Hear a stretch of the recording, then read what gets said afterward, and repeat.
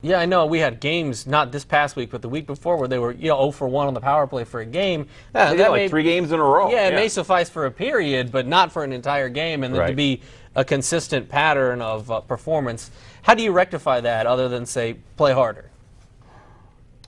I don't know. I'm really impressed. I like what he's doing with Tom Mealy. He has been playing Tom on every line, not just the third line. And he really you really notice it too, because the first 2 lines don't hit anybody.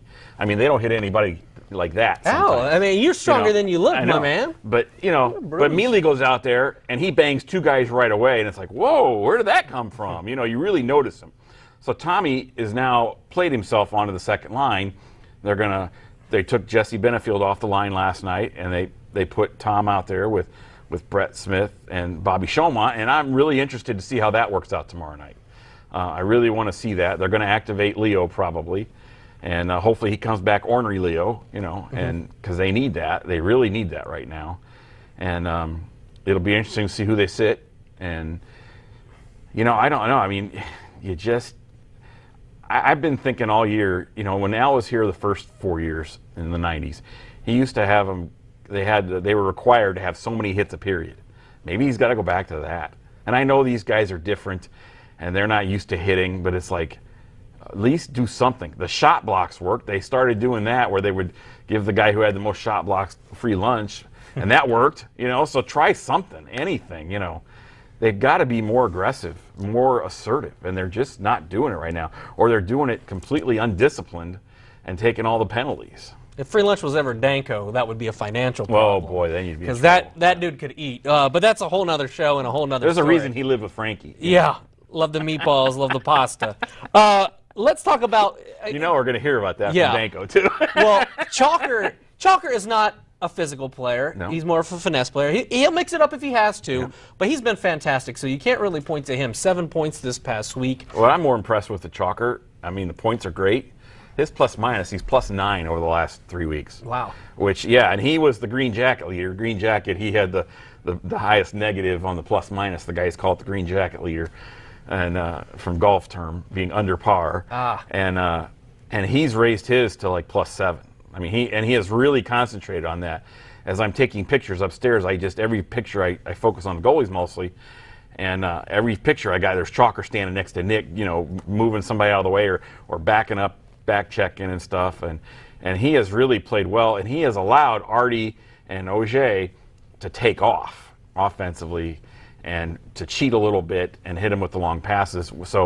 So Artie, instead of just being 1-on-2 all the time, now he's got Chris going with him, and it's 2-on-2 or it's 2-on-1, or there's a difference there. It's really freed Artie up, and he's really been good, and so is Auger. We've talked at length about Podchendalov and how he may be the most talented guy on this roster, but Auger's been really good this season. 37 points in 37 games. Do you chalk it up to playing with, pun intended, chalk it up to playing with Colin Chalk? No, I mean, I have said from day one, Artie is the most talented, physically gifted player on this team. The problem is, the defenses never know where he's going. The problem is neither do his teammates. They got no clue where he's going to end up, where they're supposed to go. Are they?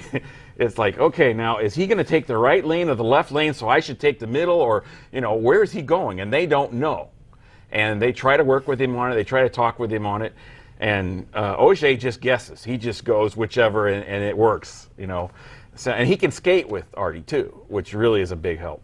But they will talk about it. They will tell you flat out they have no idea where Artie's going. Well, it's really funny. And they try to talk to him about it, and Artie all of a sudden doesn't understand English, and it's funny. I mean, but it's like, thankfully, he's producing, or it would not be funny. Yeah, you can't defend chaos. That's one thing, the chaos theory. You can't do it. Bloomington, as we mentioned this week, Tuesday, Friday, and then Allen. Yeah. A different look, which is always nice to see, I think, for Komet fans, comes into the Coliseum on Saturday. They're a pretty good team. You take a look at their record, 27-11-8. So they're only a couple points out of first place right now. And they'd be even better, except they've had a bunch of call-ups, too. Yes. Their goalies are in and out every week. So what are we going to see on that Saturday? Because we haven't seen this team. I know. This is another one where it's weird because the Komets are already talking about how they really like to see what Allen's got. They haven't played him ever. They know that that's a team that they might end up playing in the playoffs someday. They'd like to see what they got. Are they any good? Are they bad? I mean, you know, their schedule is ranked as like the worst in the CHL. It's just not that competitive because they're playing, you know, Rio Grande a lot and Laredo, and they're beating up on them. So I mean, they don't really know how good the Americans are, and it'll be interesting to see. What are you most looking forward to watching this week? What's your big key for this coming week, considering, again, it's another 4-game week, a lot of Bloomington on the schedule, too? Yeah, I'm looking forward to seeing how Tommy Mealy works with Brett Smith and Bobby Showman. I'm really interested in that. Somehow they have got to get the third line going offensively. They're hitting. Those guys are hitting all the time, but they're just not able to get it going offensively. I think there's some injuries there a little bit that's hurting them. But right now you're getting all your points off of one line, and that's not hard to stop, especially when you're not getting any power play. And they're not. They're just really struggling. I wonder if they should, you know, they've tried the diamond, they've tried the box. I wonder if they should just try, okay, your line, you're going out there as a line, and we're not messing with, you know, we're not mixing and matching anymore. We're just going to throw you guys out there as a line and see what happens. See if that chemistry helps them on the power play. Because right now, they're just not getting anything done. It should be another very interesting There's week. a lot going on. I mean, there's a lot of games within the games this week. That's true. That's true. And he's got you covered all week in the News Sentinel and also on his blog, Tailing the Komets. And we'll have you covered on Wayne.com as well. But for now, he's Blake, I'm Glenn, and we'll see you next week.